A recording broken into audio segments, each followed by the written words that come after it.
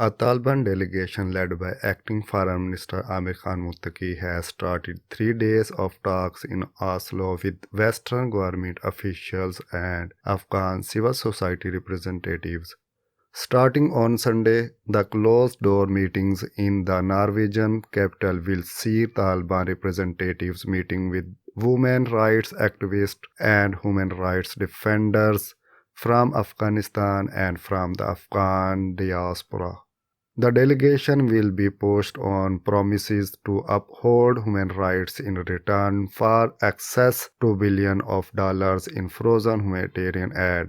The leverage the West has on the Taliban is nearly $10 billion of Afghan money that is held predominantly in the United States. Amir Khan Muttaqi is going to be trying to get some of that money back to pay civil servants' salaries and to make sure that there is enough food in the country because the humanitarian situation has been getting quite desperate.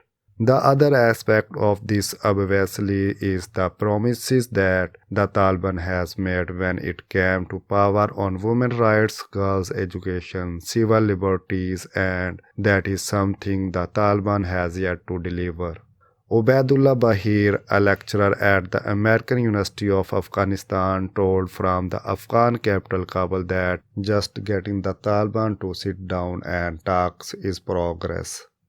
The reality is that the Taliban is new to the governance and there is an opportunity to mold them into something better. I know they have been rigid in some aspects, but with the right amount of international pressure and the right kind of activism within Afghanistan, the Taliban can be pushed towards specific actions. In their first visit to Europe since returning to power in August, the Taliban will meet Norwegian officials as well as representatives of the US, France, the UK, Germany, Italy, and the European Union.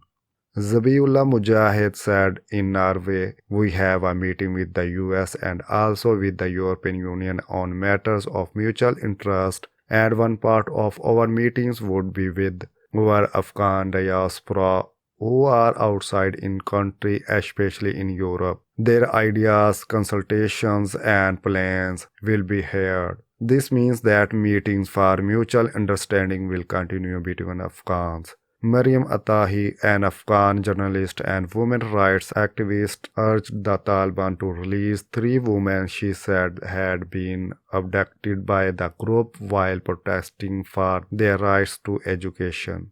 She said if they want to have the recognition, if they want to govern Afghanistan, they have to recognize the human rights, the rights of education, the rights to political participation.